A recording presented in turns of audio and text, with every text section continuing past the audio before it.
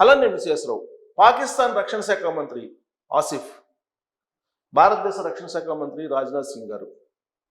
ఇప్పుడు వీళ్ళిద్దరి యొక్క వ్యాఖ్యలను కనుక తీసుకుంటే సమీప భవిష్యత్తులోనే భారత్ పాకిస్తాన్ యుద్ధం మళ్ళీ రాబోతుందా అనేటువంటి ఒక ప్రశ్న, ఒక చర్చ జరుగుతోంది.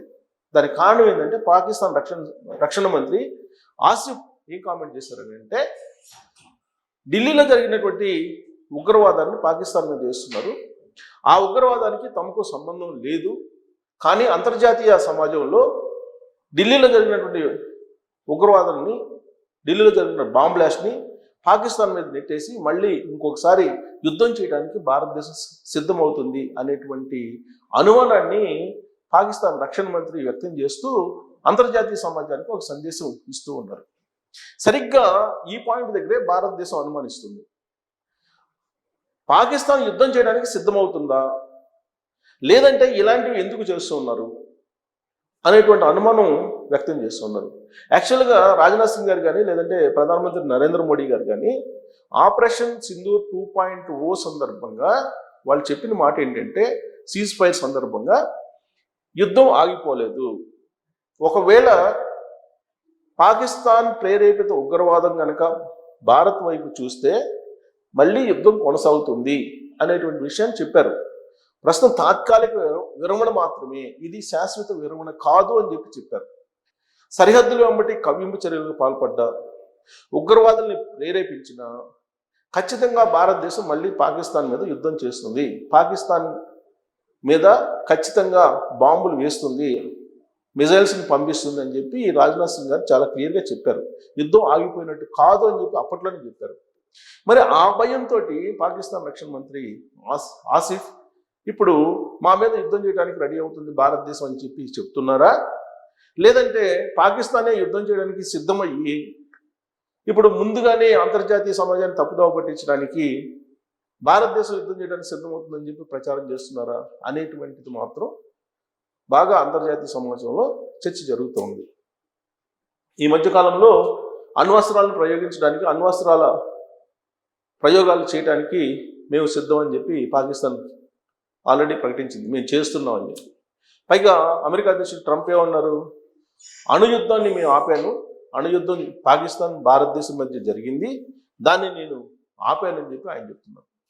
అనేక సందర్భాల్లో అనేక వేదికల మీద పాకిస్తాన్ భారత్ యుద్ధాన్ని నేను ఆపాను, లేదంటే మీ మీద ట్యాక్సులు వేస్తానని చెప్పి భయపెట్టాను, అందుకే వాళ్ళు యుద్ధాన్ని ఆపేశారు అని చెప్పి చెప్తున్నారు. యాక్చువల్గా పెహల్గాంలో జరిగినటువంటి ఉగ్రవాద దాడి తర్వాత ఒక 10 days గ్యాప్ తీసుకొని ఆపరేషన్ సింధూర్ని ప్రారంభించింది భారతదేశం.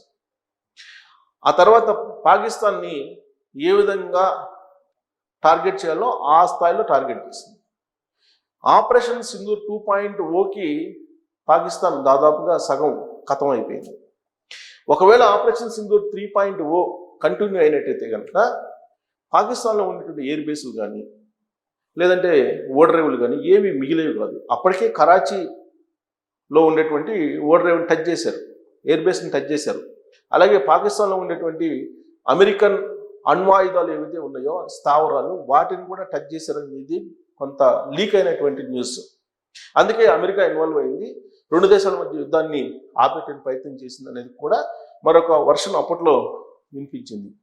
మరి ఇంత జరిగిన తర్వాత, సింధు జలాలను కూడా ఆపిన తర్వాత, ఆపరేషన్ త్రిశూల్ అనేదాన్ని కూడా ఇంప్లిమెంట్ చేస్తున్నటువంటి భారతదేశాన్ని చూస్తున్నటువంటి పాకిస్తాను ఇప్పటికి కూడా మళ్ళీ యుద్ధాన్ని చేయడానికి సిద్ధమవుతుందా, ఎందుకు సిద్ధమవుతుంది అనేది ఒక పెద్ద క్వశ్చన్ మార్క్. ఈ మధ్యకాలంలో అంతర్జాతీయంగా మారినటువంటి పరిణామాలు కనుక చూస్తే మనం నాటో దళాల మాదిరిగా అరబ్ దళాలు ఏర్పాటు చేసుకోవాలని చెప్పి, అరబ్ నాటో అనేదాన్ని ఒకదాన్ని ఏర్పాటు చేసుకోవాలని చెప్పి ఒక ప్రపోజల్ వచ్చింది. దానికి సౌదీ, పాకిస్తాన్ వీళ్ళందరూ దాదాపుగా ఏకమయ్యారు. కానీ సౌదీ రాజు మాత్రం భారతదేశాన్ని టచ్ చేయడానికి ఆయన సుముఖంగా లేరని చెప్పి అంటున్నారు. టర్కీ మాత్రం పాకిస్తాన్ మీద యుద్ధం చేస్తే తన మీద యుద్ధం చేసినట్టు అనేటువంటి ఒక భావాన్ని వ్యక్తం చేస్తుంది. అలాగే సౌదీ కూడా పాకిస్తాన్కి అండగా ఉంటుంది. ఇలాంటి పరిస్థితుల్లో అక్కడ అరబ్ నాటో అనేది ఏర్పడుతుంది కాబట్టి భారతదేశం మీద యుద్ధానికి వెళ్దామని చెప్పి పాకిస్తాన్ భావిస్తుందా, అసలు ఎందుకు ఇప్పుడు యుద్ధానికి రావాలని చెప్పి పాకిస్తాన్ ఉవ్విళ్ళూరుతుంది. దాని వెనుక ట్రంప్ హస్తం ఉందా? ట్రంప్ ప్రోత్సహిస్తూ ఉన్నాడా? భారతదేశాన్ని కంట్రోల్లో పెట్టడానికి పాకిస్తాన్ని రెచ్చగొడుతూ ఉన్నాడా ట్రంప్? అమెరికా యొక్క వ్యూహంలో భాగంగానే ఇక్కడ రక్షణ శాఖ మంత్రి ఆసిఫ్ కానీ, అలాగే పాకిస్తాన్ ఆర్మీ చీఫ్ ఆయన కానీ మునీర్ కానీ, వీళ్ళందరూ ట్రంప్ ఏది చెప్తే అది వింటున్నారు. కానీ ట్రంప్ పక్తు బిజినెస్ మెన్. అంతర్జాతీయ వాణిజ్యం, డాలరు, అమెరికా ఫస్ట్, ఇదే ఆలోచిస్తూ ఉంటాడు ఆయన. ఆ క్రమంలో ఎవరైతే ఆర్థిక శక్తిగా ఎదుగుతున్నారో, ఎవరైతే అమెరికాని ప్రతిఘటించేటువంటి సత్తా ఉందో, శక్తి ఉందో, దాన్ని టార్గెట్ చేయటం అనేది చూస్తూ ఉన్నాం మనం. దాంట్లో భాగంగానే ఇప్పుడు రష్యా నుంచి ఆయిల్ కొనుగోలు చేయకుండా భారతదేశం మీద ఆంక్షలు పెట్టారు. ఇప్పుడు ఆయిల్ కొనుగోలుని దాదాపుగా ఆపేసింది. అనివార్యంగా అమెరికా నుంచి ఇప్పుడు ఆయిల్ దిగుమతులు చేసుకుంటుంది భారతదేశం.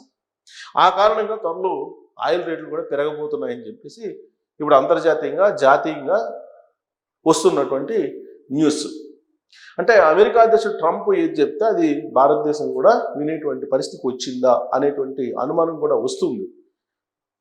ఇంకొక వైపు పాకిస్తాన్ని రెచ్చగొడుతూ భారతదేశం మీదకి పంపించే ప్రయత్నం చేస్తున్నట్టుగా అంతర్జాతీయంగా కొన్ని అనుమానాలు ఉన్నాయి. చైనా, భారతదేశం, రష్యా ఈ మూడు కలిస్తే అమెరికా పరిస్థితి ఏంటి అనేది అమెరికాలో ఉన్నటువంటి ఆందోళన. ట్రంప్ అదే మాట్లాడారు. రష్యా ఇండియాది ఎకానమీ కాదు, అది డెడ్ ఎకానమీ అని అంటున్నారు. అలాగే చైనాని నమ్మొద్దు, చైనాని నమ్మితే నట్టేట మునిగినట్టు అని చెప్పి భారతదేశానికి సూచన చేస్తున్నాడు. అలా అని చెప్పి భారతదేశానికి ఏమైనా సహాయం చేస్తారా, భారతదేశానికి ఏదన్నా హెల్ప్ చేస్తారంటే అది లేదు.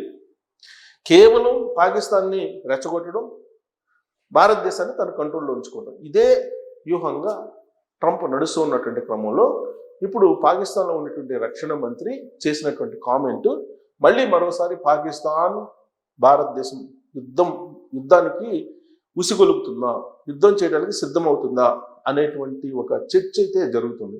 ఒకవేళ అదే జరిగితే పాకిస్తాన్ స్మాష్. మళ్ళీ పాకిస్తాన్ ప్రపంచ పట్టణంలో కనపడదు. ఎందుకంటే ఆపరేషన్ 2.0లోనే చూసాం. 3.0 అనేది చాలా తీవ్రంగా ఉంటుంది. ఒకవేళ 2.0లో ఏం జరగలేదు అనుకుంటే మాత్రం పాకిస్తాన్ ఖచ్చితంగా వస్తుంది.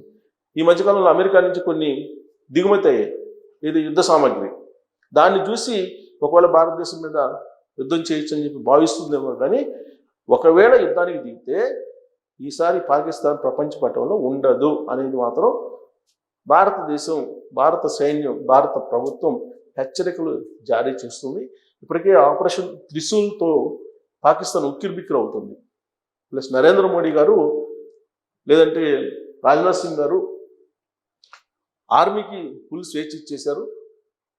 వాళ్ళు పాకిస్తాన్ని ఎలా కట్టడి చేయాలో వాళ్ళు చేస్తారు. ఆ మేరకు స్వేచ్ఛ కూడా ఇచ్చేశారు. ఢిల్లీ బాంబ్ బ్లాస్ట్ జరిగిన తర్వాత విచారణలో అది ఉగ్రవాద సంస్థ చేసినటువంటి పని అని చెప్పి తేలింది. ఆ ఉగ్రవాద సంస్థకి ఎవరు నాయకత్వం అంటే మసూద్ ఆజాద్ సిస్టర్. మరి పాకిస్తాన్ ప్రేరేపిత సంస్థే కదా. ఆ పాకిస్తాన్ ప్రేరేపిత సంస్థ బాంబ్ బ్లాస్ట్ చేసిందని చెప్పి నిర్ధారించి అది అంతర్జాతీయ సమాజానికి భారతదేశం చెప్తున్నటువంటి క్రమంలో మళ్ళీ యుద్ధం చేస్తుందేమో భారతదేశం అనేటువంటి అనుమానం పాకిస్తాన్లో ఉంది. వణికిపోతుంది ఏ రాత్రి ఏమవుతుందో అని చెప్పి. ఎందుకంటే ఆపరేషన్ సింధూర్ని ఆపినప్పుడే చెప్పారు, ఏమాత్రం మళ్ళీ తోకజాడిచ్చినా మీ దేశం ఖతం అని చెప్పి అప్పుడే చెప్పారు. అందుకే ఇప్పుడు భయంగా బతుకుతుంది భారతదేశాన్ని చూసి పాకిస్తాన్. కారణం ఏంటి? బాంబ్ బ్లాస్ట్ జరిగింది. ఆ బాంబ్ బ్లాస్ట్ వెనుక ఉగ్రవాద సంస్థ ఉంది. ఆ ఉగ్రవాద సంస్థని పాకిస్తానే ప్రేరేపిస్తుంది అనేది క్లియర్గా అర్థమవుతుంది. సో దీనికి ప్రతిగా భారతదేశం ఏదో ఒకటి చేయబోతుంది అనేటువంటి ఒక ఆందోళన మాత్రం పాకిస్తాన్ని వెంటాడుతుంది. అందుకే రక్షణ శాఖ మంత్రి ఆసిఫ్ పాకిస్తాన్ నుంచి భారతదేశం యుద్ధం చేయబోతుంది అనేటువంటి వ్యాఖ్యలు చేశారా, లేదంటే నిజంగానే పాకిస్తాన్ యుద్ధానికి సిద్ధమవుతూ అంతర్జాతీయ సమాజంలో మా తప్పు ఏం లేదని చెప్పడానికి ముందస్తుగా ఇలాంటి ప్రచారం చేస్తున్నారా? ఏ కోణం నుంచి పాకిస్తాన్ రక్షణ శాఖ మంత్రి ఆసిఫ్ ఇలాంటి కామెంట్లు చేస్తున్నారు? యుద్ధం వస్తే పాకిస్తాన్ క్లోజ్ అయినా అనే దాని మీద మీరు కామెంట్ చేయొచ్చు. Thank you.